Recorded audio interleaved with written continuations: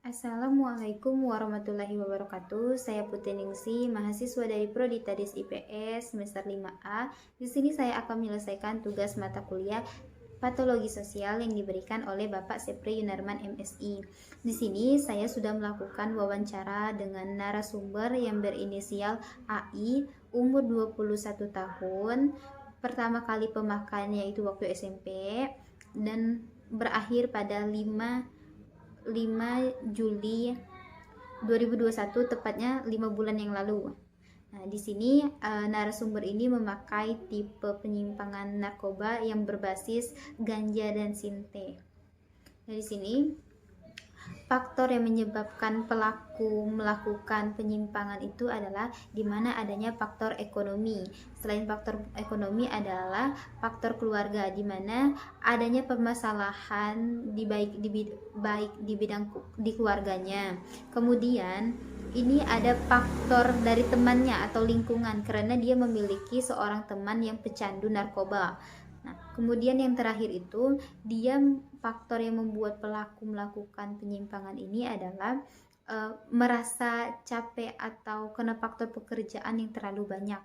Nah, dampak bagi pelaku melakukan penyimpangan narkoba ini dengan tipe sinte dan ganja ini, di mana dia akan merasa pusing, merasa ngeplay, berhalusinasi berlebihan, sikapnya akan menjadi lebih agresif.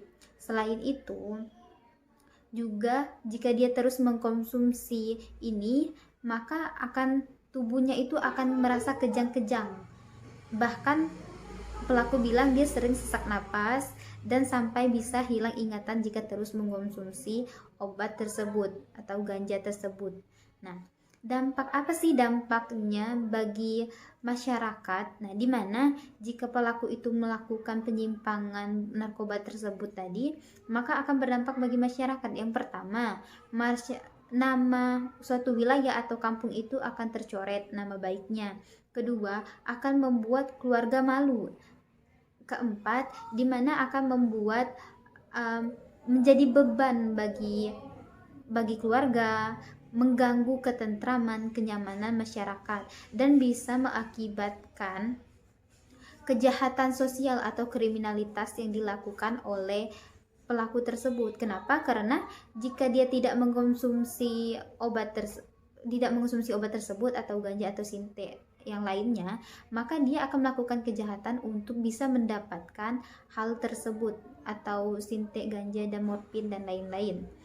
Nah, di sini upaya penyelesaiannya itu agar dia tidak melakukan penyimpangan tersebut atau dia berhenti itu karena si pelaku AI ini ditangkap oleh pihak kepolisian, kemudian di sana diberikannya fasilitas rehabilitas. Nah, dari sanalah si AI ini tidak melakukan pemakaian ganja dan sinte tersebut. Nah, apa sih kebijakan yang harus dilakukan oleh pemerintah agar tidak menyebar luas di masa akan datang? Ya. Nah, pertama, pemerintah ini harus menangkap bandar-bandar narkoba.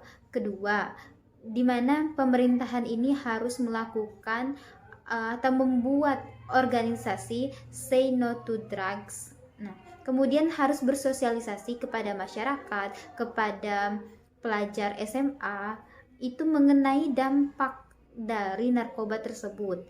Kemudian di mana pemerintahan ini harus mengenali bentuk-bentuk penyeludupan dari narkoba tersebut.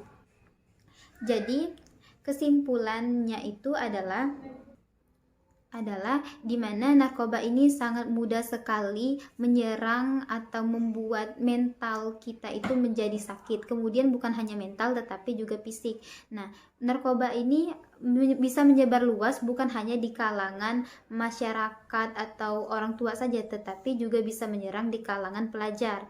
Nah, jadi buat pemerintahan itu harus ada yang namanya organisasi atau penyuluhan ke sekolah-sekolah SMA tentang narkoba tersebut, tentang bagaimana dampaknya, apa yang akan mereka dapatkan jika mereka melakukan narkoba tersebut. Kemudian di sini narkoba ini akan membuat kesehatan kita itu terganggu, seperti kita akan merasa kejang-kejang, bahkan kita itu bahkan bisa menjadi hilang ingatan.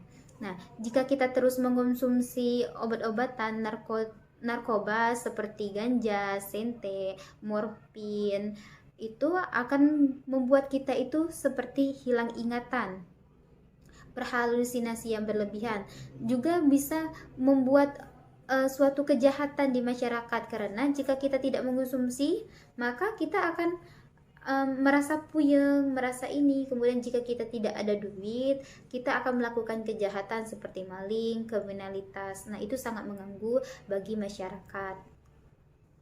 Untuk mencapai suatu bangsa yang maju, seperti harapan kita semua para pejuang bangsa kita, mulailah dari hal yang kecil dari hidup kita, untuk selalu hidup sehat, berpikir positif, dan selalu mendekatkan diri kepada Allah Subhanahu wa Ta'ala.